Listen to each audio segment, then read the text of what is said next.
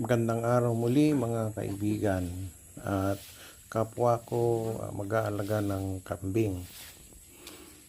Ang topic natin ngayon ay tungkol sa mga pagkain, kung ano ang mga tanim namin dito sa Halcon Goat Farm. Kami ay nagtatanim ng sorghum at nakikita ninyo ang dami ng bunga. Ang sorghum ay isang magandang source ng protein para sa ikagaganda ng katawan ng ating mga alaga. Hindi lang sa kambing, kundi kalabaw, baka, kabayo, kahit manok at saka baboy. Dahil yung bunga nito ay napaka sustansya. Nagtataglay ng maraming protina ang kanyang bunga. Kaya kung napapansin ninyo sa mga manok, may nakikita kayong mga butil ng sorghum. Ganon din sa baboy. Kinakain din ng baboy ito dahil parang substitute ng mais. Kaya kami ay nagtanim ng maraming sorghum at yung iba ay magulang na. So kinuha namin yung magugulang at gawin naming binhi. At yung ibang bunga na natitira ay isasama na namin sa silage para kasama ng maburo doon sa loob ng drum. At ang maganda dito sa sorghum ay wala siyang pinipiling lugar.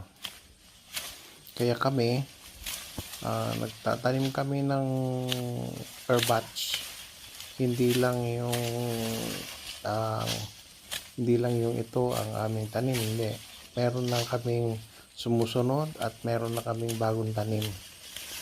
Itong inaani namin ay gagawin na naming silage. At habang hindi pa magulang yung iba ay kinukuha na rin namin para kasama doon sa buro. Ayan,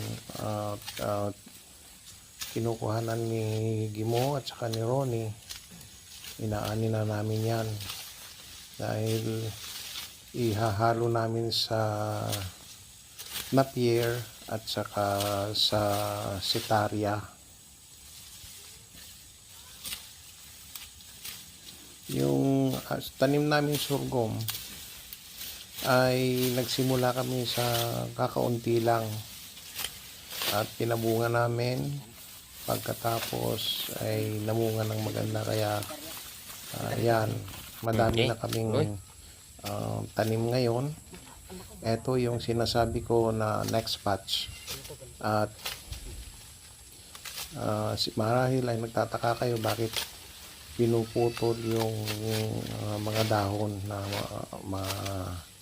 mura pa. Alam nyo, maganda para sa gustong-gusto ng mga kambing yan, yung murang dahon na ganyan. Ngayon, yung pinagputulan na yan, may sisibol din dahon muli.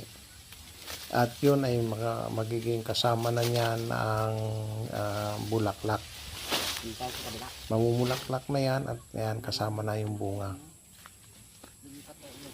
So, ito ay gustong-gusto ng aming mga kambing, yung ganyang mura pa. Pero isasama rin na rin namin sa silage yun. Mga 2 months pa lang yon yung sorghum na yon. At yung iba naman ay maliliit pa. Ito naman na pear ay magti 3 months na. Ito yung ihahalo namin sa gagawin naming silage para ihanda para sa tag-ulan. Kasi dito sa farm ay tuwing hapon ay lagi nang umuulan. So lahat itong mga na-pear namin ay aanihin na kasi magti 3 months na. So wala naman ng hindi na kailangan ng patandain pa kasi madami na kaming tanim. So cut and carry na lang yan siguro yung iba, pero mas marami pa rin yung gagawin naming silage. Alam nyo, ang Napier, nagtataglay din ito ng starch at saka protein. Kaya maganda sa katawan ng ating mga alaga. Kung magtanim din kayo ng Napier at ipakain ninyo sa baka, sa kalabaw, sa kabayo, sa mga kambing nyo. Ito yung sitarya. Hindi namin nakalain na ganyan lumaki ang sitarya. Kain nyo na rin yan sa kambing. Pag nakikita ng kambing na nakatayo, ay hindi nila kinakain. Akala Madami, siguro ay hindi nakakain yan. Pero kapag ibinigay mo na sa kanila, ay saka sila kakain. Kaya ang ginawa namin doon sa pasto ay nagtanim na kami sa loob ng pasto para pagka ay dumami. So hanggang dito na lang muna, at ito yung update namin. Bibigyan namin kayo ng update para sa silage. At maraming salamat. Mag-subscribe kayo at like and share kung maaari. At maraming salamat muli. At ako po kaya ito si Mang Halcon. Bumabati sa inyo ng isang magandang araw.